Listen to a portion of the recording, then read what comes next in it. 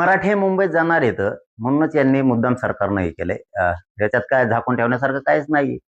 हे सत्तेच देशापुढे उघडं पडलंय.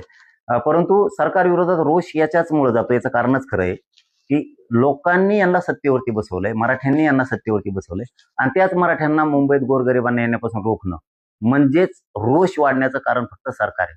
म्हणजे कायदा हातात आम्ही देतोय, तुमच्या सत्ता आम्ही तुमच्या हातात देतोय आणि तुम्ही त्याचा गैरवापर करताय. अरे लोक तुम्हाला निवडून याच्यासाठी देतात की कसल्याही परिस्थितीत आपण जर मुंबईला कुठे गेलो तर आपले माणसं, आपलं सरकार बसले तिथं, आपले फडणवीस, आपले शिंदे, आपले दादा बसलेत तिथं, म्हणून लोक जातात.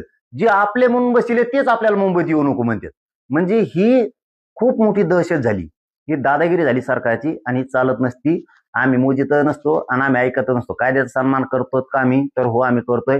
आम्ही तुम्हाला अर्ज दिलाय परवानगीचा, तुम्ही परवानगी द्या नाही तर नका देऊ. याचा अर्थ नाही दिली तुम्ही तर कायद्याचा सन्मान तुम्हीच करत नाहीत. मी जात असतो, ठरलं आमचं मुंबईला यायचं, मी जाणार, रात्रंदिवस बसणार. तुम्ही काय शिजून देणार नाहीत का भाकरी खाऊन देणार नाहीत ते आम्ही बघणार आणि तुम्ही कसे मुंबईत आढळतो ते बी आम्ही बघतो. यायला लागलो त्याच्यात तुमचं पण हित आहे, आम्ही तुमचं पण लेकरा बाळाचं कल्याणात होणार आहे. हा, एक गोष्ट करी, थोडा त्रास होईल तर आम्हाला सांभाळून घ्या, आम्ही गरीबाचे पोर आहेत, आम्ही न्यायासाठी तिथे यायला लागलो.